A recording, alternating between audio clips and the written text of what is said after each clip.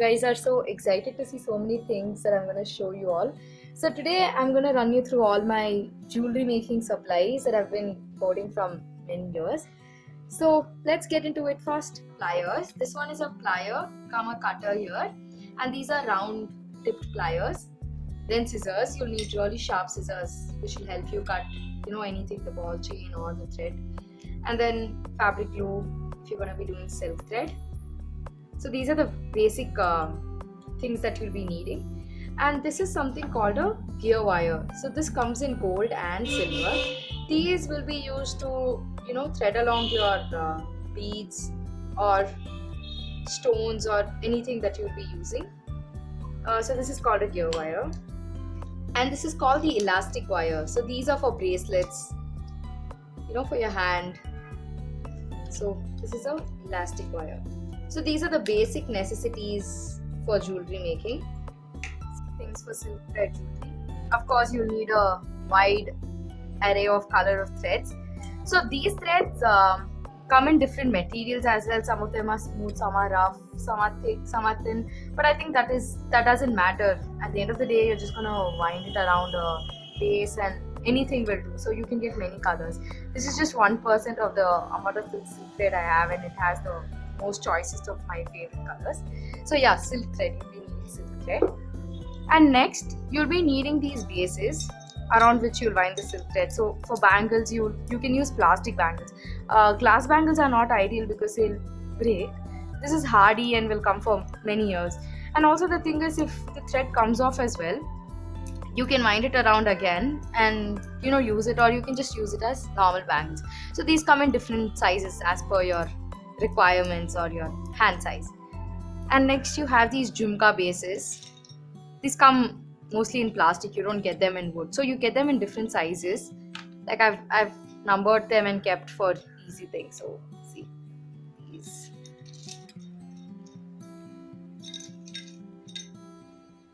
So these are some of the sizes that I have. So you get sizes bigger than these as well. This is the smallest of all, and it's like my favorite. It's the most cutest one.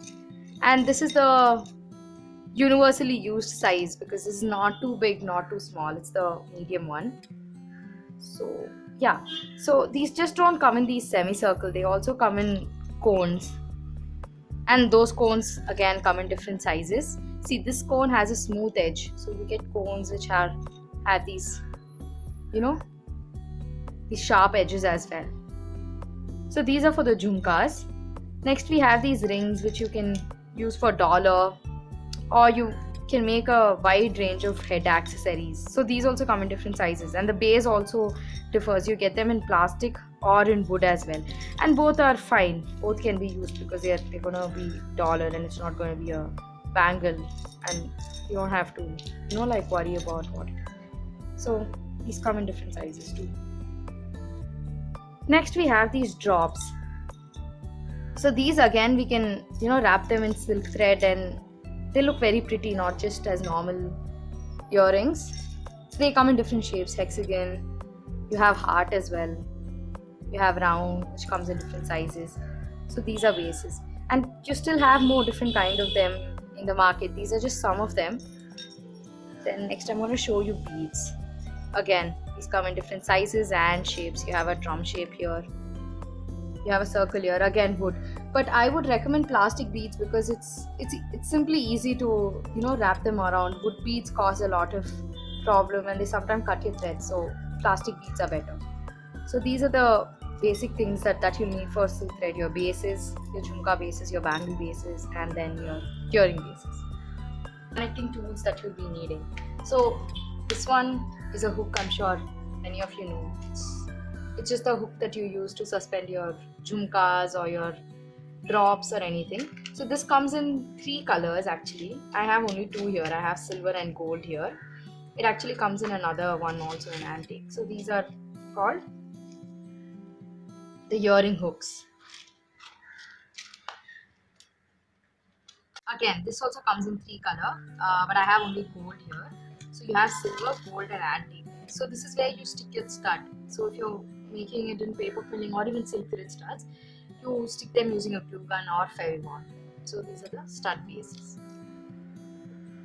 Next, you have these stud holders. So these are nothing but the ones that you put your stud into, so that you can put it in your ear. So these come in different varieties. So you have this one which has a base, metal base here, and a plastic base. You also get them in rubber, but the rubber one is not hardy. Even better than these are these bases. So here, like you saw, it's just you have a plastic base here. Here that plastic base is in there, but this is much more stronger than that one, and it comes for many years. So these are nothing but the stud caps, and you get them separately. You get the bases and these caps separately. Also you get them in silver and gold and antique as well. The different kinds of pins that we have. This is called an eye pin because it has a small eye here. That's where it gets its name from. There's a small hook like that. So the use of different kind of pins differ based on what kind of jewelry you're making. So this comes in silver, and we have eye pin which comes in gold as well. So these are eye pin. I'll put them separately to show you the difference between a eye pin and a head pin. I have another. This I showed you with the cap that comes, which is a eye pin. Here I'm going to be showing you what's called a head pin. So this has a rounded base here. So you use these also for jhumkas, or even for making your dollars. So this also comes in gold and silver and antique, but antique is pretty rare because we won't be using it.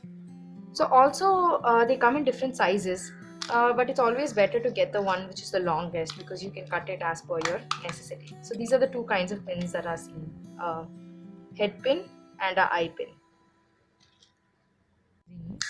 These are nothing but they're simply called as rings. So they come in different sizes. I have the medium one, which is like universally used for everything, and this again comes in silver and gold and antique too. So I have gold here, and I'll show you antique as well. Antique is nothing but it's gold again with a very mild brown tinge. So these are rings, again used for connecting to beads or jhumka to a bead. In the important metal components in a silk thread jewelry is this chain. So it's nothing, it's just called a chain, which again comes in different sizes. So this size differs. You get big ones, you get small ones, but this is the ideal one, which can be used for even for bracelets and for for suspending jhumkas or other things.